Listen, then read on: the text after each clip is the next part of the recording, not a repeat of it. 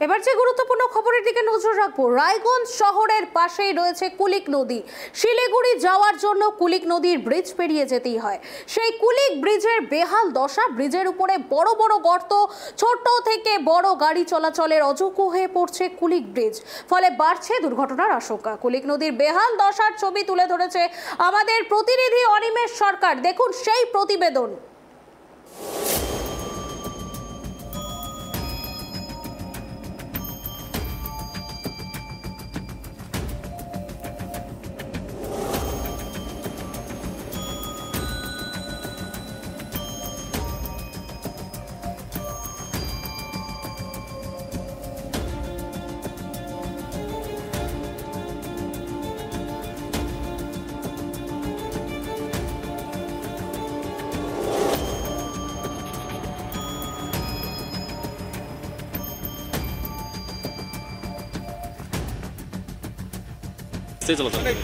কতটা ঝুঁকি নিয়ে চলাচল করতে হয়?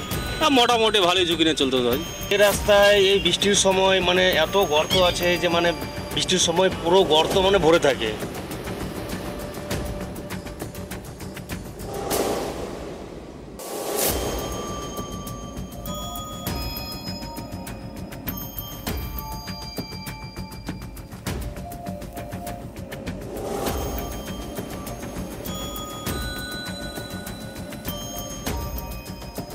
এই যে ব্রিজের কি পরিস্থিতি আপনাদের? ব্রিজ খুব খারাপ অবস্থা, খুবই খারাপ অবস্থা, চলতে খুব খারাপ হয়, রাস্তাঘাট চলা যায় না এই অবস্থায়।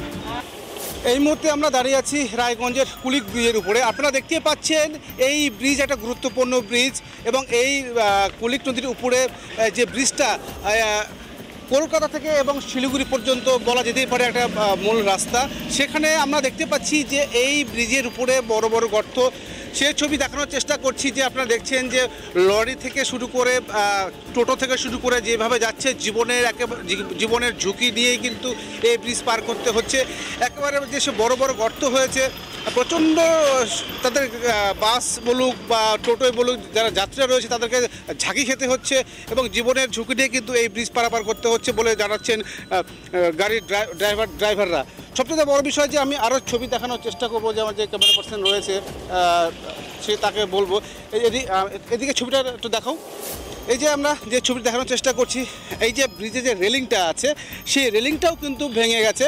আমি দেখাবো, দেখো এই জায়গায় রেলিং, এখনও এখানে কোনো ব্যারিকেড নেই, যে কোনো সময় কিন্তু একটা বড় দুর্ঘটনা ঘটতে পারবে। তুমি একটু জুম করে দেখাও কতটা কোথায় নদী রয়েছে আর কতটা ব্রিজ উপরে।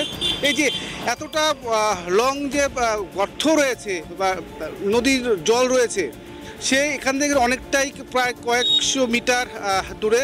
এখান থেকে যদি কোনো গাড়ি যদি নিচে পড়ে তাহলে কিন্তু অনেকের প্রাণ পর্যন্ত চলে যেতে পারে, সেই চিত্র তুলে ধরছি।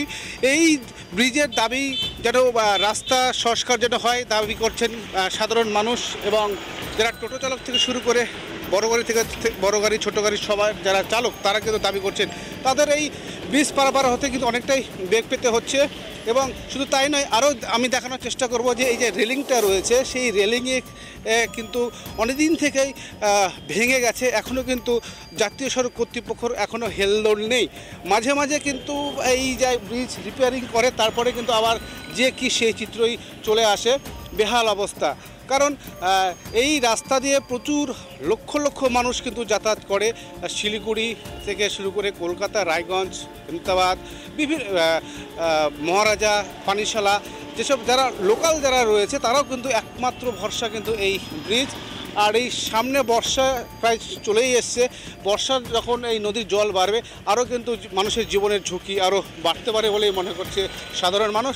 তবে এই অবিলম্বে এই জাতীয় সড়কের যে ব্রিজ রয়েছে কুলিক নদীর ব্রিজ, এই ব্রিজ কিন্তু ঠিক করা উচিত বলেই মনে করছে সাধারণ মানুষ। তবে তাদের দাবি যে সেটা একদিন নয়, বারংবার বিভিন্ন জায়গায় বলেছে, এখনও পর্যন্ত কোনো কাজ হয়নি।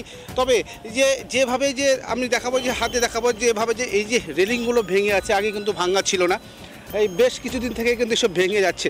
যতদিন যাচ্ছে ততদিন থেকে কিন্তু এই ব্রিজের কিন্তু বেহাল দশা, এবং একের পর এক জায়গা থেকে কিন্তু ব্রিজ ভেঙে পড়া শুরু হয়েছে। একেবারে দুর্বল হয়েছে বলে ব্রিজ বলা যেতেই পারে। তবে এই ব্রিজটাকে অবিলম্বে জাতীয় সড়ক কর্তৃপক্ষ ঠিক করলেই কিন্তু সাধারণ মানুষের প্রাণ রক্ষা হতে পারে বলে মনে করছেন সাধারণ মানুষ। এখন সবচেয়ে বড় বিষয় যে এই ব্রিজটা যে বর্ষা আসলে এবং বৃষ্টি হলেই বুঝতে পারে না কোথায় জল জমে আছে, কোথায় গর্ত হয়ে আছে। এর আগেও কিন্তু এই ব্রিজের উপরে বেশ কিছু দুর্ঘটনা ঘটেছে। কয়েকদিন আগে কিন্তু এক ট্রাফিক পুলিশ যে রয়েছে তিনিও কিন্তু দুর্ঘটনার কবলে গুরুতর আহত হয়েছিলেন, সেটাও কিন্তু আমরা দেখেছি।